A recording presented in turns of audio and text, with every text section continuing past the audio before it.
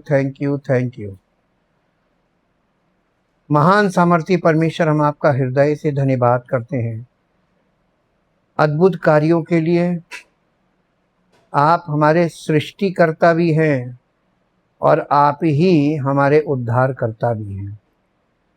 सृष्टिकर्ता ने सृष्टि बनाई और मनुष्य के पतन के द्वारा सृष्टि डीजेनरेशन की ओर बढ़ गई। तो परमेश्वर ने मानव रूप लेकर इस सृष्टि को पतन से पुनरुत्थान के लिए एक बलिदान किया और उस बलिदान के द्वारा उसने उन लोगों को जो उद्धार पाना चाहते हैं और पुनरुत्थान की संतान बनकर परमेश्वर की महिमा से भरा जीवन जीना चाहते हैं, उनके लिए अद्भुत निमंत्रण दिया, सुसमाचार, ताकि जो कोई उस पर को ग्रहण करे, उस पर विश्वास करे, वो पश्चाताप करे, पापों का अंगीकार करके आत्मसमर्पण करे, ताकि परमेश्वर उसके भीतरी मनुष्यत्व को बदलकर नई सृष्टि बनाकर अपने पुत्र के स्वरूप में परिवर्तित करके अपनी महिमा में प्रकट करे, जिससे परमेश्वर का नाम महिमान्वित हो और सारी महिमा उस महान परमेश्वर को मिले जो ऐसा करने की क्षमता रखता है। आदर और महिमा आपको देते इस प्रार्थना को प्रभु यीशु मसीह के पवित्र नाम से मांगते हैं, आमीन। सबको जय मसीह की। हम परमेश्वर का धन्यवाद करते हैं। हमने आपको डिल्यूजन यानी मत भ्रम, मति भ्रम यानी मन का भ्रम, ये एक ऐसी मानसिक अवस्था है जो धीरे धीरे आत्मिक अवस्था में परिवर्तित हो जाती है।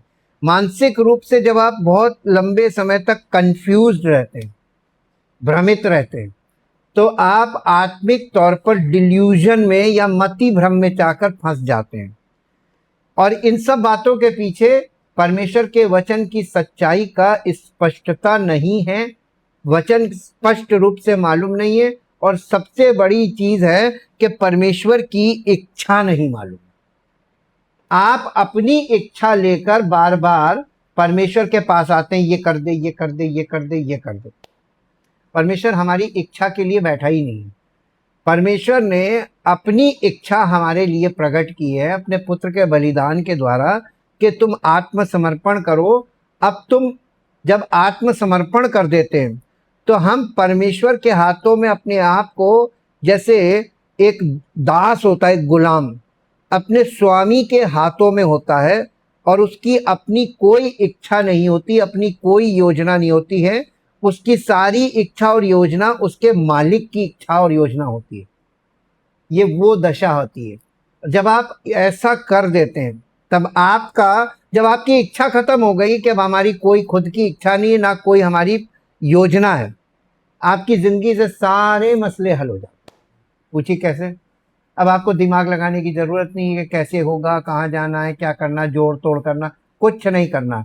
आपको सिर्फ प्रभु पर निर्भर करना है कि वो करेगा, और जब वो करेगा, आपने ये विश्वास कर लिया, तो वो अपने समय से, अपने तरीके से, अपनी योजना के अंतर्गत सब कुछ करेगा। इसका अनुभव आपको धीरे धीरे मिलेगा, क्योंकि आप एडमिक नेचर में हैं। आप दुनिया की हर चीज, अपने जीवन के, अपने परिवार के हर मसले को अपने तरीके से हल करना मांगते हैं, अपने तरीके से अपने बच्चों को डील करना मांगते हैं, अपने तरीके से अपना घर चलाना मांगते हैं। यही समस्या की जड़ है, और इससे छूट पाने के लिए आपको इन सब चीज़ों को परमेश्वर के हाथ में छोड़ देना। प्रभु आप देखिए, मैं नहीं करता, फिर वो करने लगेगा। और ये सब काम विश्वास से शुरू होता है। आज हम फिर आपको अपने पुराने विषय पर आ जाते हैं, पुरानी वाचा और नई वाचा। इसको हम फिर से आपके सामने इसका अंतर हम लोग देखेंगे कि दोनों वाचाओं में अंतर क्या है। अगर पुरानी सही थी तो नई की आवश्यकता क्यों पड़ी, और अगर नई सिद्ध व्यवस्था है तो पुरानी क्यों दी गई। ये वाइस वर्सा क्वेश्चंस हैं। क्या आप बाइबल की वाचाओं से परिचित हैं? वाचाओं को समझे बिना बाइबल पढ़ना वैसा ही है जैसे बीमार होने पर दवाइयों की अलमारी में जाकर जो भी गोलियां मिले उन्हें खा लेना। आप ठीक हो सकते हैं या फिर बीमार होकर मर भी सकते हैं। मान लीजिए आपके यहाँ ढेर सारी दवाइयाँ रखी हैं और आपको दवाइयों की समझ है नहीं, आपको तकलीफ हुई, कोई भी तकलीफ हुई, आपने जाकर आपको जो समझ में आया कुछ दवाई उठाई और खा ली। इसमें दो चीज़ें हो सकती हैं, हो सकता है आप तुक्के में सही खा गए, आप बच भी सकते हैं, और अगर आपको वो सूट नहीं करी तो आप मर भी सकते हैं। वाचाओं को समझे बिना आप बाइबल को जब पढ़ते हैं या बाइबल के किसी भी संदर्भ पर आप उपदेश सुनते हैं और वाचा को नहीं समझते हैं, बोलने वाला अगर वाचा के अंतर्गत नहीं बोल रहा है तो आप भ्रमित हो सकते हैं, आप डिल्यूजन में चले जाएंगे, यानी झूठे विश्वास में ऐसे प्रतिबंधित हो जाएंगे कि आप कहेंगे कि बाकी पूरी दुनिया यीशु मसीह का लिखित बाइबल गलत हो सकती है, लेकिन ये बंदा जो बोल रहा है ये मेरा विश्वास है, ये सही है। ये दशा हो सकती है आपकी, ये सब संभावनाएं हैं अगर आप वाचा को नहीं समझते हैं तो। वाचा एक प्रकार का अग्रीमेंट होता है और ये रिटन होता है। आप किसी को जब मकान बेचते हैं या किसी से मकान खरीदते हैं तो जब आप उसको बयाना देते हैं उसके बाद एक अग्रीमेंट होता है कि नहीं होता है, कि हमने इनको बयाने में इतने पैसे दिए हैं और इतना रकम हम इनको इतने दिन में देंगे और फिर रजिस्ट्री के समय जो पैसा बचेगा रजिस्ट्री कराने जाएंगे और जो रेस्ट ऑफ द अमाउंट है वो रजिस्ट्री के टाइम पे देंगे। तो 3 पेमेंट्स होते हैं, एक बयाना, एक उसका रेस्ट ऑफ द अमाउंट और एक उसका लास्ट पेमेंट जो रजिस्ट्री के समय दिया जाता है। और इसी बात के लिए बयाना या इसी बात के लिए अग्रीमेंट किया जाता है, रिटन एग्रीमेंट, और ये रजिस्टर्ड होता है ताकि आप अपनी बात से पलटे ना। ये एक सुरक्षा होती है, यानी वसीयतनामा भी आप कहते हैं, जैसे वसीयत बनती है उसमें एक बार जब एग्रीमेंट हो जाता है वो रजिस्टर्ड हो जाता है, उसमें कोई फेरबदल नहीं हो सकता। तो परमेश्वर ने जो हमसे वायदे किए, ये वायदे वाचा के अंतर्गत ही आपके जीवन को इसका लाभ मिल सकता है, वाचा के अंतर्गत। और अगर आप वाचा में नहीं हैं तो 2 वाचाएं, पुरानी वाचा जो है वो यहूदियों से की थी परमेश्वर ने। उस जमाने में यहूदियों के अलावा जितने भी लोग थे वो सब गैर यहूदी कहलाते थे, समस्त अन्य जाति गैर यहूदी। तो पुराने नियम में मानव जाति 2 भाग थी, एक थे यहूदी और एक थे गैर यहूदी, ज्यू और नॉन ज्यू। परमेश्वर की वाचा किसके साथ थी? ज्यू, नॉन ज्यू के साथ नहीं थी।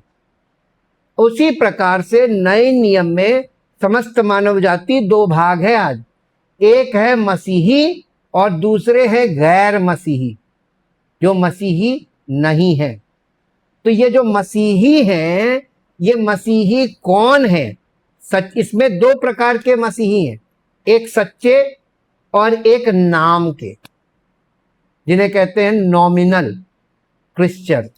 नाम के यानी उनका नाम क्रिश्चियन नाम हो सकता है, उनका बैकग्राउंड क्रिश्चियन बैकग्राउंड हो सकता है, लेकिन उनका चरित्र अगर बाइबल में परमेश्वर की योजना के अंतर्गत नई सृष्टि में परिवर्तित नहीं हुआ है तो वो सच्चे मसीही नहीं है। वो अपने आप को मसीही कहला रहे हैं लेकिन मसीही हैं नहीं। यहूदी कहलाना और यहूदी होना दोनों में अंतर है। ये अध्ययन से आपको पता चलेगा यहूदी कहलाना क्या होता है और यहूदी होना क्या होता है। वही चीज मसीही कहलाना और मसीही होना दोनों में अंतर है। वही अंतर है जो यहूदी कहलाना और यहूदी होने में अंतर है, सेम। सभी दवाइयां अच्छी होती हैं लेकिन सभी दवाइयां आपके लिए अच्छी नहीं होती। बाइबल में ईश्वर और मनुष्य के बीच कम से कम 5 वाचाएं हैं। ये कम से कम बता रहे हैं, ऐसे तो बहुत वाचाएं हैं। 5 वाचाएं हैं जो मुख्य हैं, लेकिन इनमें से 2 प्रमुख वाचाएं वे हैं जिनके आधार पर हम पवित्र शास्त्र को यानी धर्म ग्रंथ को विभाजित करते हैं, यानी पुराना और नया नियम या पुरानी और नई वाचा। पुरानी वाचा और नई वाचा, ये बाइबल में पुराना नियम और नया नियम, ये इसका मतलब है वाचा से है, नियम का मतलब वाचा। महत्वपूर्ण जानकारी, पुराना नियम उत्पत्ति 1 से शुरू नहीं होता और नया नियम मत्ती 1 से शुरू नहीं होता। पुराना नियम सिनाई पर्वत पर शुरू हुआ था जबकि नया नियम कैलवरी पर्वत पर शुरू हुआ। ये महत्वपूर्ण जानकारी आपको दे रहे हैं। नया नियम उत्पत्ति, पुराना नियम उत्पत्ति से शुरू नहीं हुआ। पुराना नियम शुरू हो रहा है जब वो लोग मिस्र देश से निकलकर लाल समुद्र पार करके जंगल के मार्ग से होते हुए सिनै पर्वत पे पहुंचे थे, जहां से 10 आज्ञाएं परमेश्वर ने उन्हें बोल कर दी थी। वहां से पुरानी वाचा का आरंभ होता है और नई वाचा का आरंभ मत्ती के पहले अध्याय से नहीं होता है, ये क्रूसीफिक्शन से होता है। वो कैलवरी, उसको कहते हैं कैलवरी का पर्वत, उस पर्वत से होता। तो दोनों जगह पर्वत है, सिनै पर्वत, कैलवरी पर्वत। यहां से नए नियम की शुरुआत होती है। पुराना बनाम नया नियम, शास्त्रों का सही ढंग से विश्लेषण करने के लिए पुराने और नए वाचाओं के बीच अंतर को समझना आवश्यक है। पुराना नियम मनुष्य परमेश्वर से वायदे करता है और उन्हें बार बार तोड़ता है। पुराने नियम में क्या है कि मनुष्य परमेश्वर से वायदे कर रहा है और वायदा करता तोड़ देता, वायदा करता तोड़ देता, वायदा करता तोड़ता, एक वायदे में भी वो साबित नहीं रहता, यानी विश्वास योग्य नहीं रहता। आप इस चीज को रिपीटेडली पुराने नियम में यहूदियों को या इजरायलियों को बार बार फेलियर में जाते देखेंगे, जिससे परमेश्वर ने अंत में कहा कि ये मेरी वाचा पे स्थिर नहीं रहे। अग्रीमेंट, वाचा का मतलब होता है सहमति पत्र, रिश्ते का आधार सहमति पत्र होता है। विवाह होता है, उसमें भी वचन होते हैं कि नहीं होते, और उस वचन को कितनी बार जीवन में हम लोग तोड़ देते हैं।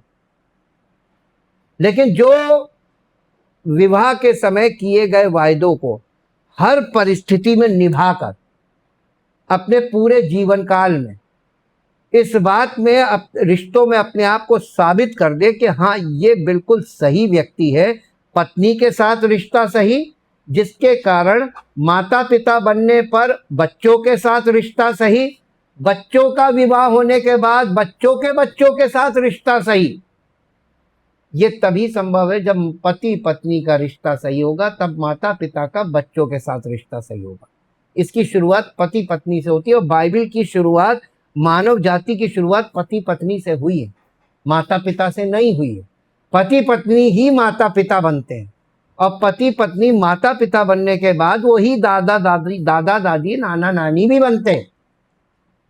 लेकिन परमेश्वर उनका भी पिता है, उनके बच्चों का भी पिता है और उनके बच्चों के बच्चों का भी पिता है। तो आप देखिए विशेष चीज कि पुराना नियम मनुष्य परमेश्वर से वायदे करता है और उन्हें बार बार तोड़ता है। नई वाचा, ईश्वर अपने आप से वायदे करता है और उन्हें हमेशा निभाता है। ये अंतर है दोनों वाचाओं का।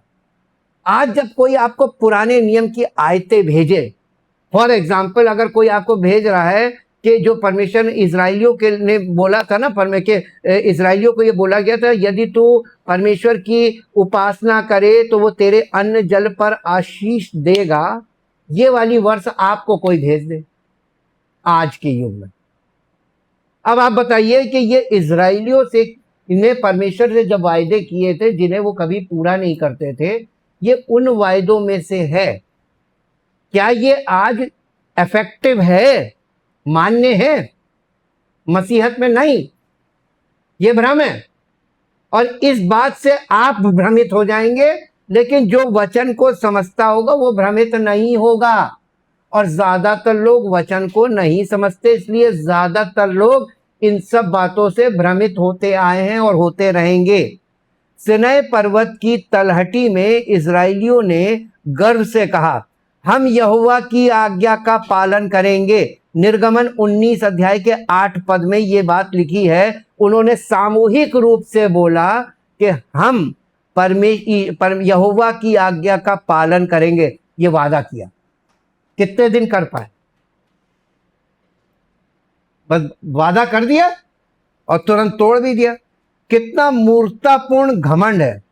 जो कानून की मांग है ये वो तुम पूरा नहीं कर सकते, तुम्हारा शरीर पूर्ण रूप से कार्य करने में असमर्थ है, जबकि यही तो कानून का पालन करने की प्रतिज्ञा का मूल उद्देश्य है। कानून सफलता की सीढ़ी नहीं बल्कि असफलता का सीधा रास्ता है।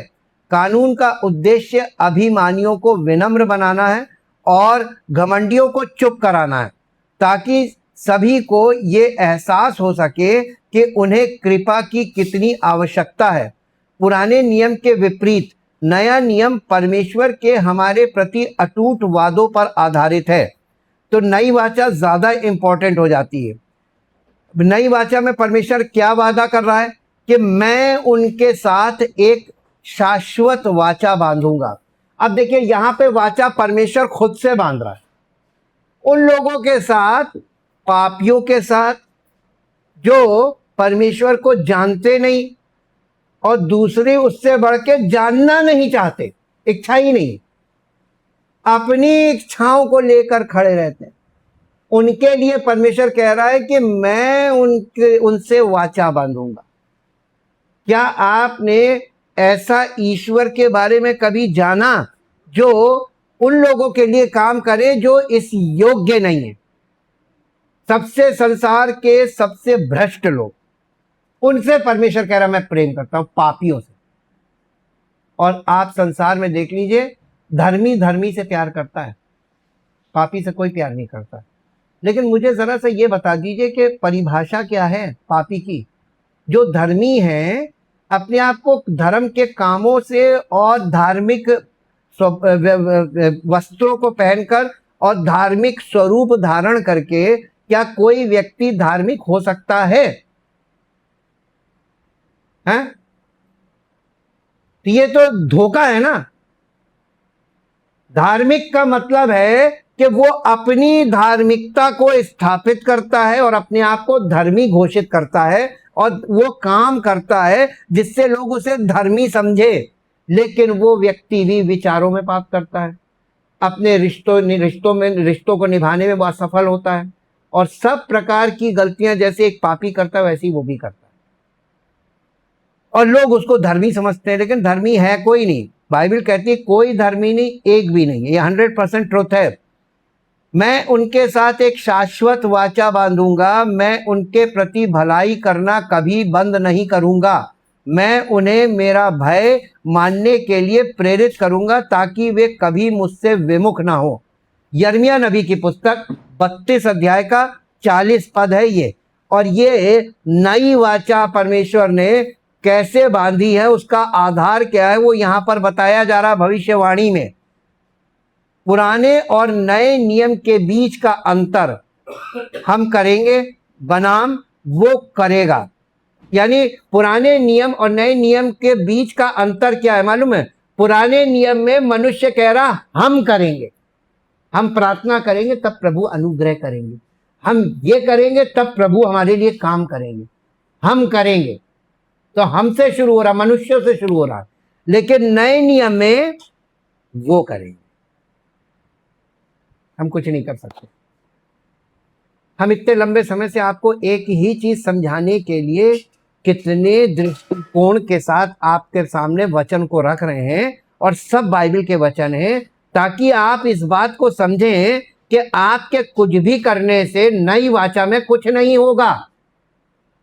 आपके कुछ नहीं करने से और आपके समर्पण करने से प्रभु के द्वारा किए जाने के द्वारा सब कुछ संभव होगा। यही बात बहुत खास है कि यहाँ पे ये बताया जा रहा है कि हम करेंगे पुराने नियम में था और वो करेगा नए नियम में। नए नियम का आधार है परमेश्वर करेगा। अब परमेश्वर कब करेगा? जब आप पश्चाताप करेंगे तो वो अनुग्रह करेगा, जब आप समर्पण करेंगे तो वो काम करेगा, आपको नई सृष्टि बनाएगा। लेकिन अगर आप करेंगे तो वो कुछ नहीं करेगा, क्योंकि शरीर के काम और आत्मा के काम एक साथ नहीं हो सकते। आप करेंगे तो शरीर के काम, परमेश्वर करेगा तो आत्मा के कार्य। और इसीलिए पुराने समय में हम बार बार अपने वचन तोड़ते थे, परंतु नए समय में परमेश्वर अपने वचन का सदा पालन करता है। अब हम अपने संकल्प की अस्थिर नींव पर डगमगाते नहीं, बल्कि युगों की चट्टान पर मजबूती से खड़े हैं। यदि आप परमेश्वर से वायदा करते और तोड़ते आ रहे हैं तो इसे छोड़ दें, अपने अहंकार का पश्चाताप करें, मैं करूंगा कहना बंद करें और परमेश्वर की इच्छा पर भरोसा रखें। नए नियम के परिप्रेक्ष्य से धर्म ग्रंथों का अध्ययन करना, नए नियम के दृष्टिकोण से परमेश्वर के वचन का अध्ययन करना। क्रूस पर यीशु की मृत्यु इतिहास की सबसे महत्वपूर्ण घटना थी। इसने पुराने नियम का अंत किया, पुरानी वाचा का अंत किया और नई वाचा की शुरुआत की। नई वाचा क्या है? नई वाचा अनुग्रह की वाचा है, जिसमें परमेश्वर हमें बिना किसी कारण के केवल अपनी इच्छा से नया जीवन और दिव्य कृपा प्रदान करता है, डिवाइन ग्रेस प्रदान करता है। क्रूस से पहले पुरानी व्यवस्था का नियम कायम था, लेकिन क्रूस के बाद अनुग्रह पर आधारित एक नई वाचा ने पुरानी वाचा को अप्रचलित कर दिया। इब्रानियों 8 अध्याय के 13 पद के अनुसार, पुरानी वाचा के अनुसार यदि आप अच्छे थे तो आपको आशीष मिलती थी, लेकिन नई वाचा के अनुसार हमें आशीष इसलिए मिलती है क्योंकि वो भला है। वो भला है इसलिए आशीष मिल रही है, हम कभी भले थे ही नहीं। कभी अपने आप को भला मत समझिएगा, आप भले कभी थे नहीं। लोगों की आंखों का धोखा था कि वो आपको भला समझते थे, लेकिन आपके अंदर छल कपट भरा था। मौका मिलने पे आप अपने स्वभाव का इस्तेमाल करते थे, यानी छल कपट का इस्तेमाल करते थे। बाइबल के किसी भी वचन को पढ़ते समय हमें ये प्रश्न पूछना चाहिए कि क्रूस के संदर्भ में इस वचन का क्या अर्थ है। बाइबल के इन विरोधाभासों पर विचार करें। क्रूस से पहले आज्ञा मानने पर हमें आशीष मिलती थी, यानी पुराने नियम में, और अवज्ञा करने पर श्राप मिलता था। व्यवस्था विवरण 28 अध्याय पढ़ेंगे तो आप हुक्म मानोगे तो आशीष मिलेगी और नहीं मानोगे तो श्राप। तो आशीष, ढेर सारी लिस्ट है आशीषों की, और बड़ी लिस्ट है उसकी, दुगनी लिस्ट है श्राप की, कि हुक्म नहीं मानोगे तो ये सब श्राप तुम पर पड़ेंगे, और बहुत भयानक श्राप है।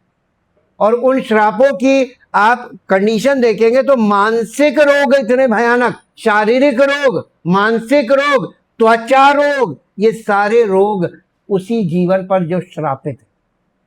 आज ये बताइए, दुनिया में ऐसा कौन सा बच्चा, बूढ़ा और जवान है जो बीमार ना होता?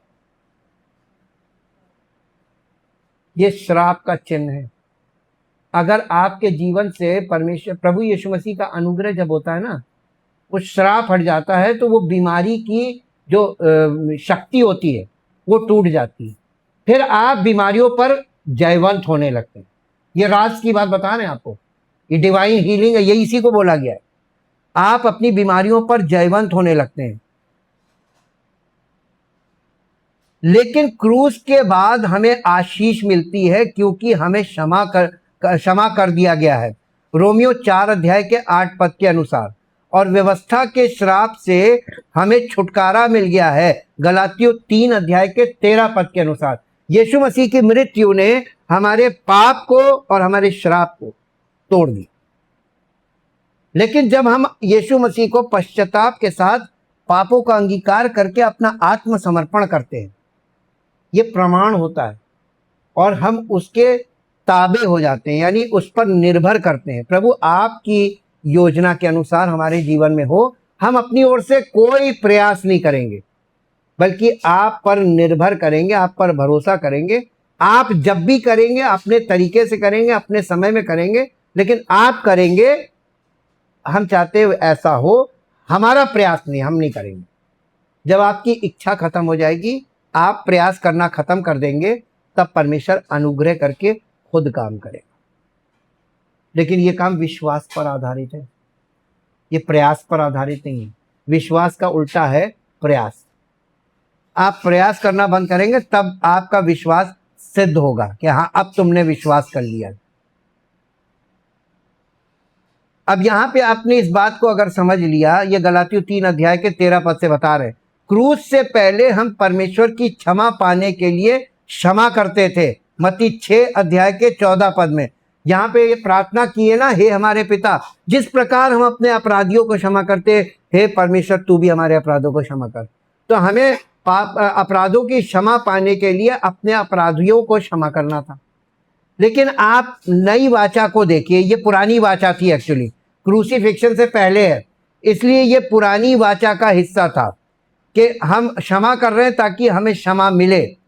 ठीक है, ये क्रूस से पहले का है, क्षमा करते थे, लेकिन क्रूस पर हमें बिना शर्त क्षमा कर दिया गया और अब हम क्षमा करते हैं क्योंकि मसीह ने हमें क्षमा किया है। मसीही लोग क्षमा क्यों करते हैं? इसलिए नहीं कि हमारे क्षमा करेगा ना, उसने कर दिया, बिना शर्त कर दिया। क्रूस पर हमारे पापों की क्षमा हमको मिलती है जब हम पश्चाताप करते हैं और अंगीकार करते हैं। ये इस बात का प्रमाण है कि हमारी पापों की क्षमा हमें मिल गई विश्वास से, और विश्वास के अंगीकार के द्वारा ये सिद्ध हो। तभी तो कहा है कि मन में विश्वास किया जाता है और जब हम मुंह से अंगीकार करते हैं तो उद्धार होता है। तो अंगीकार करेंगे तभी उद्धार मिलेगा। आपने क्या विश्वास किया उसका अंगीकार करो, अपने विश्वास का, तो हमें क्षमा मिली है बिना शर्त। ये नहीं कि तुम क्षमा करोगे तो तुम्हें क्षमा किया जाएगा, तुम्हें उसने बिना शर्त क्षमा किया तो तुम भी बिना शर्त क्षमा कर दो। अब आप बताइए आपने किस किस को क्षमा नहीं किया? आपका मामला खटाई में पड़ जाएगा। आपने, यीशु मसीह ने आपको कोई शर्त रखी थी क्षमा देने की विश्वास के अलावा? विश्वास, पश्चाताप, अंगीकार, इसके अलावा बताइए उसने कुछ कहा था कि तुम पहले क्षमा करोगे तब तुम्हारे क्षमा करेंगे? हैं? नहीं, ये पुराना नियम है। नई वाचा बताइए, नई वाचा में पढ़ लीजिए मेरे साथ, आपको मिलेगा इफिसियों की पत्री 4 अध्याय का 32 पद। इफिसियों की पत्री 4 अध्याय का 32 पद। ये है नई वाचा, वो क्रूसीफिक्शन से पहले की, पुरानी वाचा क्रूस तक चली है। इफिसियों 4 अध्याय 32 पद। एक दूसरे पर कृपालु और करुणामय हो, और जैसे परमेश्वर ने मसीह में तुम्हारे अपराध क्षमा किए वैसे ही तुम भी एक दूसरे के अपराध क्षमा करो। और यहां पर यह लिखा हुआ है कि जैसे मसीह ने जब तुम्हें क्षमा किया है बिना शर्त, तो क्षमा करने के लिए शर्त मत रखना कि पहले वो मुझसे आके माफी मांगे तब मैं माफ करूंगा। ये तो शर्त हो गई। प्रभु आपको क्षमा कर रहा है और आप क्षमा तभी आपको कंप्लीट होगी जब आप कहेंगे जा मैंने भी तुझे क्षमा किया। दिल से क्षमा कर दीजिए, देखिए आपकी जिंदगी में फौरन हीलिंग आ जाएगी, आश्चर्यकर्म शुरू हो जाएंगे, उसकी क्षमा काम करने लगेगी। क्षमा आपको इसलिए नहीं हो रही क्योंकि आप दूसरों के सामने शर्तें लगा रहे हैं क्षमा की। कुलस्सियों की पत्री 3 अध्याय का 13 पद पढ़ेंगे इसी के साथ साथ। कुलस्सियों की पत्री 3 अध्याय का 13 पद, और यहां इस प्रकार से लिखा हुआ है, कुलस्सियों 3 अध्याय और उसका 13 पद।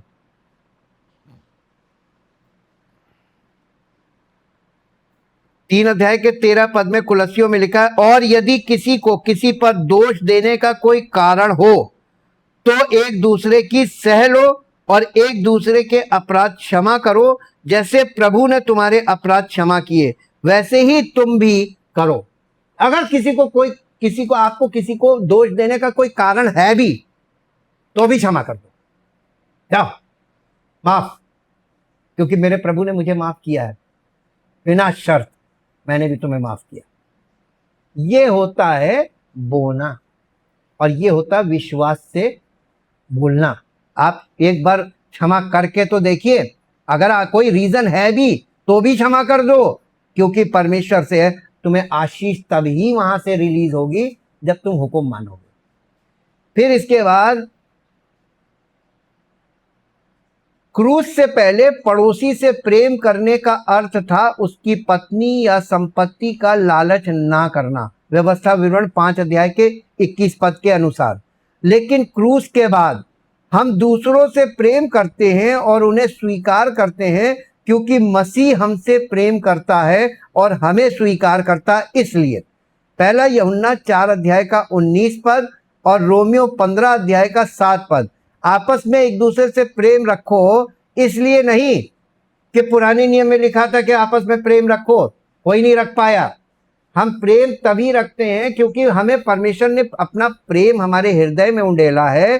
तो हम प्रेम जितना शेयर करेंगे उतना बढ़ेगा, ज्ञान जितना बांटेंगे उतना बढ़ेगा, प्रेम जितना बांटेंगे उतना बढ़ेगा। आप जो चीज बांटेंगे वो बढ़ेगी। तो आप बांटना शुरू करें। तो प्रेम को आपको शेयर करना है, मसीही प्रेम। क्रूस से पहले परमेश्वर दूर और अगम्य थे, निर्गमन 19 अध्याय का 12 पद। लेकिन क्रूस के कारण हमें परमेश्वर के निकट लाया गया है ताकि हम दया और अनुग्रह प्राप्त कर सकें। इफिसियों 2 अध्याय का 13 पद और इब्रानियों 4 अध्याय का 16 पद, इनको आप घर में खोल के पढ़िएगा। पुराने और नए नियम के बीच और भी अंतर हैं जिन्हें हम आगे और लगातार अध्ययन में देखते रहेंगे और स्टडी करते रहेंगे। हर मायने में नया नियम जो है या नया समझौता पुराने समझौते से श्रेष्ठ है। हर मायने में पुराने नियम से नया नियम श्रेष्ठ है। हर मायने में पुरानी वाचा इसलिए विफल हो गई क्योंकि वो आपकी अपूर्ण आज्ञाकारिता पर आधारित थी, लेकिन नई वाचा इसलिए कायम है क्योंकि ये मसीह की मृत्यु तक की पूर्ण आज्ञाकारिता पर आधारित है। ये नई वाचा जो है यीशु मसीह की आज्ञाकारिता पर आधारित है। धन्यवाद कीजिए, क्योंकि इजरायली कभी आज्ञाकारी रहे ही नहीं। कुछ दिन तक करते तो फिर वो अपने मन की करने लगते थे। अब यीशु मसीह की जो वाचा है, नई वाचा, ये इसलिए कायम रहती है क्योंकि इसमें आज्ञाकारी यीशु मसीह और यीशु मसीह की आज्ञा के आधार पर है नई वाचा, हमारे और आपके आधार पर नहीं है। तो अपने आप को कभी धर्मी मत समझिएगा। ये तो प्रभु का अनुग्रह है। पुरानी वाचा और नई वाचा का एक अंतर ये आज्ञाकारिता पर भी है।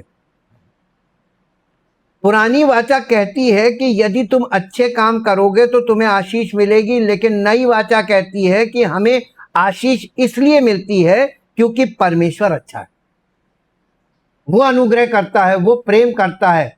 हम चाहे कितने भी खराब हो, जैसे माता पिता बच्चा कितना भी खराब उससे प्यार तो करता ही है ना, कोई चीज उसकी रोकता है। परमेश्वर का असली स्वरूप ये है, और ये स्वरूप हम लोग कभी नहीं देखते।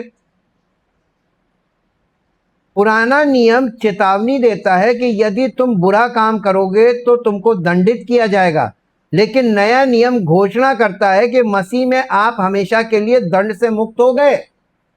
यहां पे दंड की आज्ञा नहीं दी जा रही, यहां मुक्ति दी जा रही है। पश्चाताप करो तो मुक्ति। ईश्वर की कृपा की नई वाचा के लिए बहुत बहुत धन्यवाद। ये वाचा संबंधी भ्रम से बचने का एक तरीका यह है कि बाइबल को नई वाचा के संदर्भ में पुरानी वाचा का अध्ययन करें। In the context of new testament study the old testament. नई वाचा के संदर्भ में ही पुरानी वाचा का अध्ययन करेंगे तो आपको भ्रम से आप निकल आएंगे, और अगर आप पुरानी वाचा के संदर्भ में नए नियम को देखेंगे तो आप भ्रमित हो जाएंगे। भ्रम पैदा होता है यहां से, जब आप परमेश्वर के वचन को, जैसा परमेश्वर का आत्मा आपको सिखाता है वैसा उसको समझो, ताकि आप परमेश्वर के वचन का सत्य प्राप्त करो, और उसकी स्पष्टता के द्वारा तुम्हारे जीवन में परमेश्वर के अद्भुत कार्यों के द्वारा तुम्हारा जीवन परमेश्वर के लिए समर्पित हो पश्चाताप के साथ, और तुम परमेश्वर के सामने अपने आप को धर्मी नहीं बल्कि परमेश्वर पर निर्भर करने वाला बना सको। हमें धर्मी नहीं बनना है, हमें डिपेंडेंस होना है, डिपेंडेंट बनना है, परमेश्वर पर निर्भर रहना सीखना है। ये थोड़ा टफ पार्ट है। धर्मी बनना सरल है, लेकिन परमेश्वर पर निर्भर होना कठिन बात है। क्यों मैंने ये बात बोली, इसका आधार क्या है? क्यों? आप एक छोटे बच्चे को जो अबोध हो, जिसकी समझ ना हो, 1.5 साल 2 साल, ये 1.5-2 साल के बच्चे को आप हवा में उछालिए, बच्चा विरोध नहीं करेगा। आप उछालेंगे कैच करेंगे, उछालेंगे कैच करेंगे, बच्चा आपके वश में है।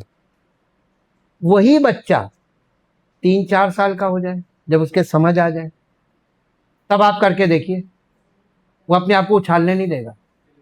चिल्लाएगा और पकड़ लेगा, आपको हाथ को पकड़ लेगा कस के, ना मैं गिर जाऊंगा। अब क्या हो गया? अब वो आप पर निर्भर नहीं है, अब उसकी समझ काम कर रही है, अब वो अपनी समझ का सहारा ले रहा है। और जब अपनी समझ का सहारा लेगा तो आपको वो काम नहीं करने देगा जो आप आसानी से उसको उछालना चाह रहे हैं, वो नहीं उछालने देगा। और थोड़ा बड़ा हो जाए, उससे कहिए कि तुम ऊपर छाओ छत पे, और वहां से आप कहिए मैं ऐसे तुमको पकड़ लूंगा, तुम कूद जाओ। देखिए आपका हुक्म मानता है कि नहीं मानता है? नहीं मानेगा। क्यों? नहीं, वो कह रहा है हम पकड़ लेंगे, वो आप पर विश्वास नहीं करेगा, भरोसा नहीं करेगा, भरोसा नहीं करेगा, चाहे आप कितने शक्तिशाली हो। हाँ, छोड़ दिया तो निर्भर करना, परमेश्वर पे निर्भरता, ये विश्वास गहरा विश्वास होता, भरोसा। आप परमेश्वर पे कब इतना भरोसा करने के योग्य बनेंगे कि आप परमेश्वर कहे प्रभु तेरी इच्छा मेरे जीवन के हर क्षेत्र में पूरी हो, मैं किसी प्रकार का कोई प्रयास नहीं करूंगा। साबित करके दिखाइए। और आपके सामने हम हैं, आप लोगों के बीच में रहते हैं, और हमको देखिए हम कितना प्रयास करते हैं कुछ करने को, और हमारे सब काम सफल होते हैं। क्यों होते हैं? ये प्रार्थना का विषय नहीं है, ये विश्वास का विषय है, भरोसे का विषय है, ये निर्भरता का विषय है। हम परमेश्वर पे इतना निर्भर कर चुके हैं क्योंकि हमने वो समय देखा जब हम बिल्कुल शून्य पर चले गए थे और हमने कुछ नहीं किया और हम कुछ करने लायक ही नहीं थे, तो प्रभु ने हमको यहाँ तक पहुँचा दिया। मेरे पास एक लंबा अनुभव है कि परमेश्वर जब हम कुछ नहीं करते तब वो क्या करता है, ये हम आपके सामने मौजूद हैं। और अगर हम करते होते तो हम यहाँ तक ना पहुँचे होते, ये भी हम आपको बता रहे हैं। जीवित एग्जाम्पल आपके सामने है। हमने कोई प्रयास नहीं किया, हमने कोई इनकम वाला काम नहीं किया, घर भी उसने दिया, बड़ी युक्ति के साथ दिया, बड़ी अद्भुत युक्ति से हमें ये घर दिया, बड़ी अद्भुत युक्ति से प्रभु ने हमको जीवन के हर कठिन परिस्थिति में अद्भुत रीति से ऐसे संभाला है कि क्या कोई संभालेगा। और बिन मांगे हमको उसने जितनी आवश्यकता होती थी किसी भी चीज की, उन सब चीजों को मुहैया किया है बिन मांगे। हमने कभी नहीं मांगा। और आप सब मेरे इस स्वभाव से अच्छी तरीके से वाकिफ हैं कि मैं मांगने वाला नहीं हूं। क्यों मांगे जब हमारे पास हमारे प्रभु ने वायदा किया है कि तुम्हारे मांगने से पहले जानता है कि वो तुम्हें किस चीज की जरूरत है और वो तुम्हें देने की क्षमता रखता है। तो मांगने की जरूरत है नहीं, लेकिन हाँ निर्भर करने की जरूरत है कि वो कर सकता है। ये विश्वास का, भरोसे का और निर्भरता का विषय है। ये तीन चीजें आपस में बहुत मायने रखती है, इंटर रिलेटेड है। लेकिन ये तीन अलग अलग शब्द हैं, लेकिन इन तीनों का मिलकर एक ऐसा फॉर्मूला बनता है जो रिश्ता और विश्वास योग्यता और भरोसा और निर्भरता इन सब चीजों के द्वारा स्थापित होता है। Thank you, thank you, thank you, thank you. यदि आप चाहते हैं कि परमेश्वर आपके जीवन में परमेश्वर काम करे, तो आप प्रयास करना बंद कीजिए, पहला काम। उसके बाद परमेश्वर पर भरोसा करना शुरू कीजिए, और सब चीजें जो आप चाह रहे हैं कि ऐसे हो जाए, ऐसे हो जाए, अपनी योजना को शून्य कर दीजिए कि मेरी इच्छा के अनुसार नहीं, मेरी योजना के अनुसार नहीं। आप ये कहिए प्रभु मेरा ये मसला बिगड़ गया है, आपके योजना के अनुसार ये कैसे ठीक होगा ये आप जानते हैं मुझसे बेहतर, और मेरी योजना से बेहतर आपकी योजना है। इसलिए प्रभु मैं इस मसले को आपके सामने रखता हूं और आपसे ये निवेदन करता हूं प्रभु कि मैं आप पे भरोसा रख रहा हूं और इस विषय पर अब मैं बिल्कुल भी प्रयास नहीं करूंगा। और मुझे ये विश्वास है, पूरा भरोसा है कि मैंने आप पर निर्भरता की है। तो आप अपना काम स्वयं करते हैं और आप अपने तरीके से अपने समय में ये काम करेंगे, और आपकी इच्छा और योजना पूरी होने के कारण हमारा जीवन आपकी महिमा का कारण बनेगा। और देखिए, परमेश्वर अपनी महिमा आपके जीवन में प्रकट करेगा। सत्य ये है कि परमेश्वर अपना काम स्वयं करता है। आपको अपना पार्ट अदा करना है ताकि परमेश्वर वो करे जो वो करता है। आप वो करें ताकि परमेश्वर वो कर सके जो उसे करना है। नई वाचा में हमारा पार्टिसिपेशन आज्ञा मानना, पश्चाताप करना, समर्पण करना, अंगीकार करना पापों का, और परमेश्वर के प्रति निर्भरता, ये हमारा पार्ट है। आप करेंगे तब परमेश्वर आपके जीवन में अद्भुत कार्य करके अपनी महिमा प्रकट करेगा। आप परमेश्वर को बताने में जितना समय वेस्ट कर रहे हैं, उतना समय परमेश्वर की इच्छा में अपने आप को समर्पित करने में कर लीजिए। देखिए, आपका कम समय में काम बढ़िया हो जाएगा और परमेश्वर के द्वारा जो काम होगा वो अद्भुत महिमा का कार्य होगा। प्रभु, हम आपका दिल से धन्यवाद करते हैं। आपकी इच्छा और योजना अक्षरशः वैसे ही हर विश्वास करने वाले के जीवन में पूरी हो जैसी आपने हमारे लिए योजना बनाई है और जैसा आप चाहते हैं। और आपका नाम हर उस विश्वास करने वाले के जीवन में महिमान्वित होने पाए, जिससे ये बात प्रमाणित हो कि परमेश्वर समर्पण करने वालों पर और विश्वास करने वालों पर और उस पर निर्भर करने वालों पर अनुग्रह भी करता है और उनके जीवन में ऐसा कार्य करता है जिससे उन सब का जीवन परमेश्वर की महिमा का प्रगटीकरण करने के लायक होता है। आदर और महिमा आपको देते हुए इस प्रार्थना को आपके इकलौते पुत्र प्रभु यीशु मसीह के पवित्र नाम से मांगते हैं, आमीन। Thank you Jesus, praise the Lord.